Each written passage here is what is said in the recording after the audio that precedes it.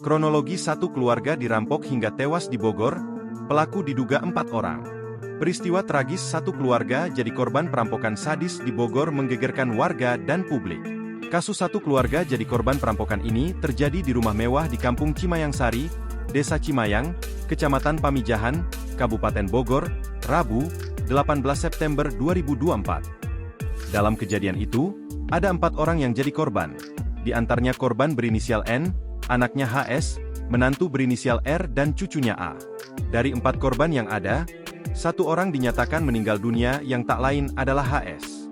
Sedangkan 3 orang lainnya luka-luka. Dilansir dari tribunnewsbogor.com, menurut kronologi kejadian, aksi perampokan sadis di rumah mewah itu pertama kali diketahui oleh EY, kerabat R yang merupakan korban perampokan. EY sempat mendapat sinyal adanya bahaya dari rumah mewah berwarna hijau tersebut. EY menerima panggilan telepon dari kerabatnya itu. Dalam sambungan telepon, R mengaku nyawanya sedang terancam.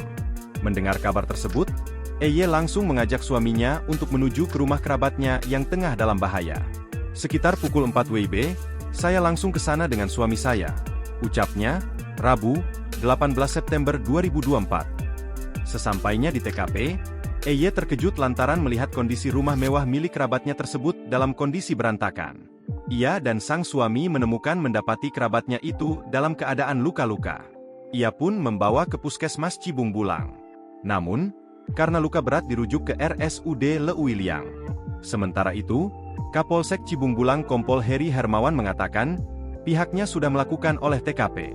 Dari hasil olah TKP sementara, korban meninggal dunia berinisial HS ditemukan tewas di dalam mobil dengan nomor polisi B1140EYK. Dari tubuh korban tewas, polisi mendapati luka serius pada bagian kepala. Download Tribun X sekarang, menghadirkan lokal menjadi Indonesia.